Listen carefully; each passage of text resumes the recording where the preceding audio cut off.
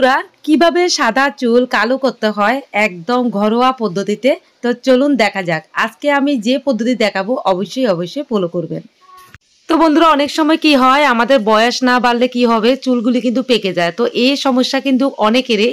তো আমাদের এরকম পেকে গেলে ভালো লাগে না দেখতে। তো আমরা যদি ঘরোয়াভাবে একদম প্রাকৃতিক উপায়ে যদি সাদা চুলগুলি কালো করে ফেলি তাহলে কেমন হয়। তো চলুন আজকে আমি একদম ঘরোয়া পদ্ধতিতে আপনাদেরকে দেখাবো কিভাবে সাদা চুল কালো করা যায়। তো আপনারা কিন্তু কালো চুলের মধ্যেও দিতে পারেন, তাহলে আরও ভালো হবে চুলের জন্য।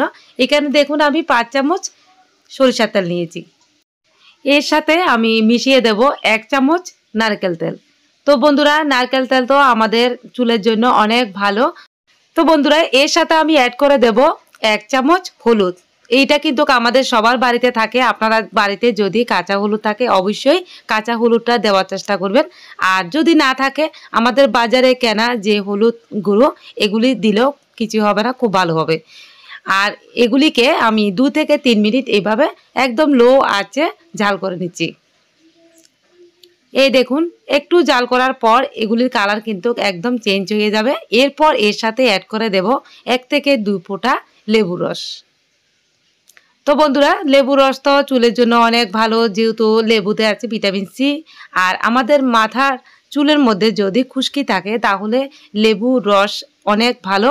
তো যাদের খুশকি আছে আপনারা কিন্তু লেবুর রসের সাথে একটু শ্যাম্পু দিয়ে একদম ভালোভাবে ধুয়ে নেবেন, তাহলে দেখবেন একদম খুশকি থাকবে না। আর এর সাথে আমি যোগ করে দিচ্ছি 1 চামচ থেকে একটু কম কফি পাউডার। আমাদের বাড়িতে ছিল তাই দিলাম। তো আপনাদের বাড়িতে থাকলে অবশ্যই দেবেন, তাহলে কালারটা আরও সুন্দর হবে। এই দেখুন একদম আমার কিন্তু তৈরি। আর একটু নাড়াচাড়া করে আমি নামিয়ে নেব। তো বন্ধুরা আপনারা কিন্তু একদম গরম অবস্থা ধরতে যাবেন না, এগুলি কিন্তু ঠান্ডা হলে অনেক ঘন হয়ে যাবে। আর তখন কিন্তু চুলের মধ্যে লাগাবেন।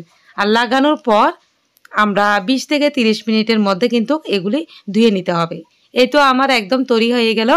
তো আপনারা কিন্তু কালো চুলের মধ্যে দিতে পারেন, তাহলে কিন্তু চুলের যত্নে অনেক ভালো। এই তো এই দেখুন একদম ঘন হয়ে গেল।